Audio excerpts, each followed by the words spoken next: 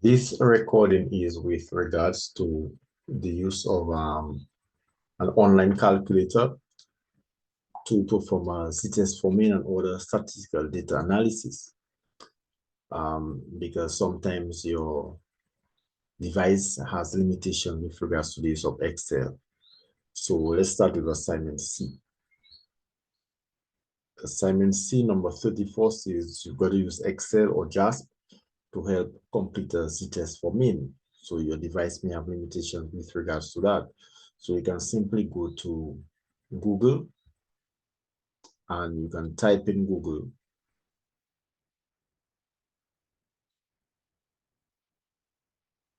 Just a minute. You can type in Google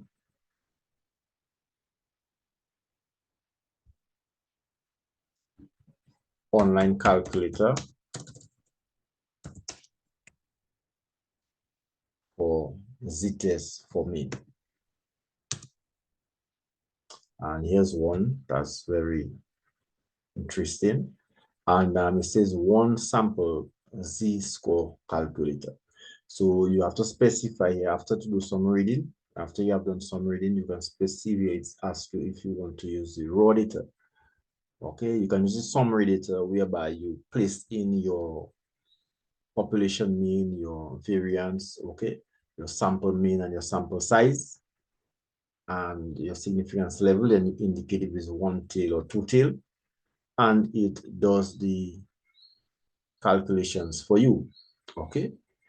But if you would like to use the raw data, like in number 34, 34 actually makes use of the raw data itself, then you can specify that's what you like to do. So you say, yes, calculate sample mean from raw values. And here it allows you to list the values. Okay. Just put a sample size. 1, 2, 3, 4, 5, and population, let's say 350, for example, variance of, let's say, 23. And then you indicate your significance level. Let's say it's a one tail, and you just calculate, and you can see it calculates the test statistic, and it gives you the z-test statistic, which you compare with your critical value. Here it gives you a summary of the results. That's a p-value approach, so you don't really need the critical value. You don't even need the critical region. Okay, here you have your test statistic, here you have your p-value, you compare it to your significance level, and you make a decision as indicated in the steps. Okay, so you can use this. Just copy and paste the link so that I can share it with you all.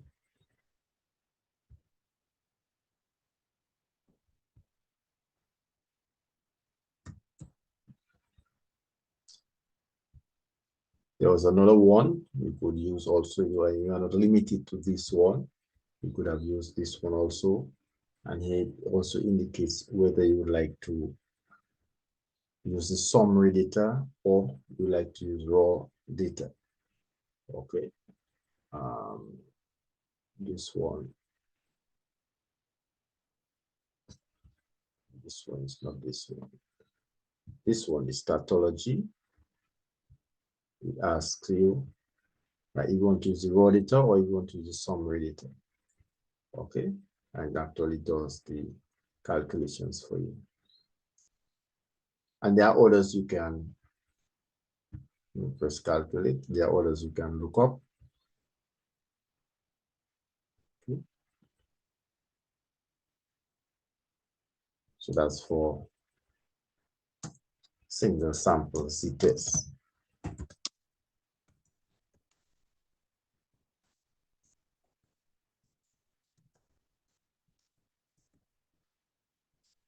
Now you have two sample z-test. Number 35 is a two sample z-test.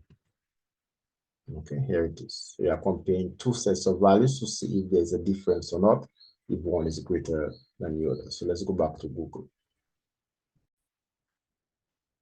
Let's go back to the first calculator we access for the single sample, and here it says calculators.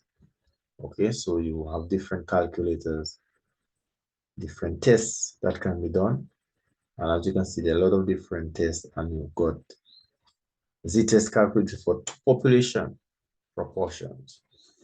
Now for single sample for raw data. Okay. You have linear regression. Okay.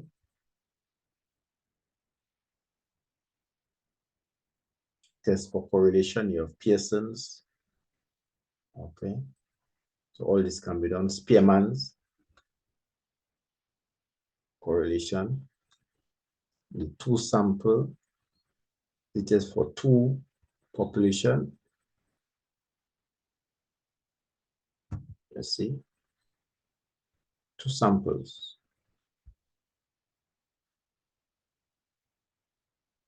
Whereas for proportion, so you want two sample z-tests.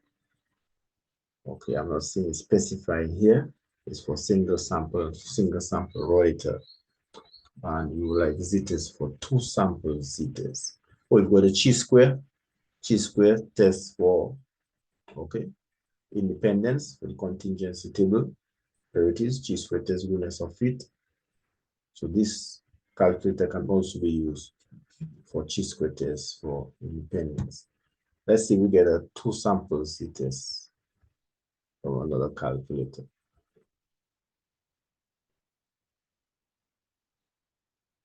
One sample, two samples. Two samples z-test.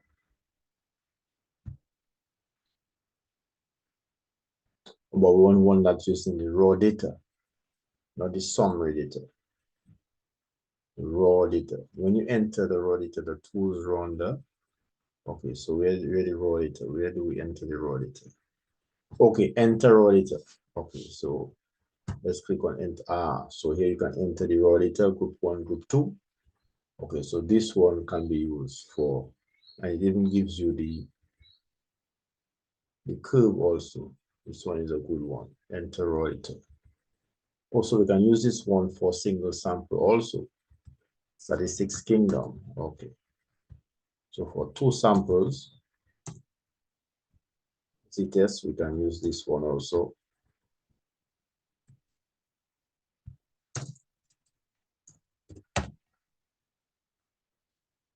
And let's see if we can use it for single sample also. We've got two samples and single sample, because I think it came up for single sample. Yes, that's Kingdom. Here it is. And here it gives you the option to enter raw data.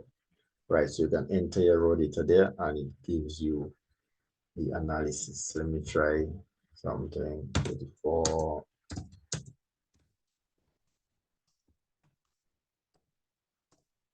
Okay, and we've got to put, it's a two tail. We have to put the population mean, the specify what tail, including appliers included. Okay, all that you can ignore that for now. And let's see what it says, because compared to the population. For the population standard deviation, let's put the population standard deviation, let's say 12. Sample size is 7.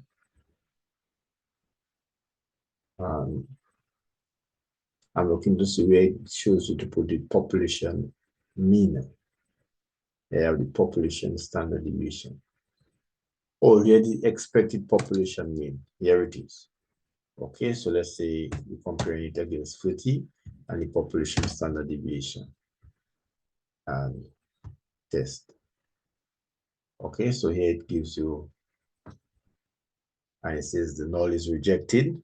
Okay, so it gives you the output, and here it gives you the curve, normal curve, and so forth. So this one is also good for single sample. It's a little bit more colorful than the first one we used. So you can use it for single sample. So you can use those two for number 34 and 35. Assignment C.